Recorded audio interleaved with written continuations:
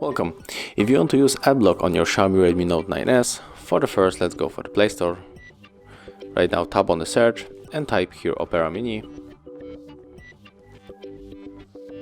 Let's click on it, then tap on install. And there's a really cool browser because it is the partnership with the AdBlock Plus, so we don't have to install any external application and connect it to the browser. It is only one application, so right now I'm gonna open it and show you how it works.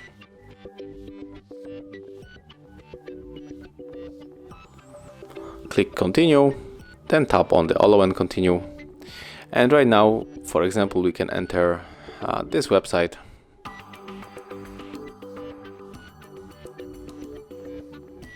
Click on the no thanks. And when we click right here, you will see exactly how many ads were blocked, and there's also the notifications that the ads are blocked, and there's thanks to the partnership with the AdBlock Plus. So thank you guys for watching, leave thumbs ups, comments, and of course subscribe to our channel.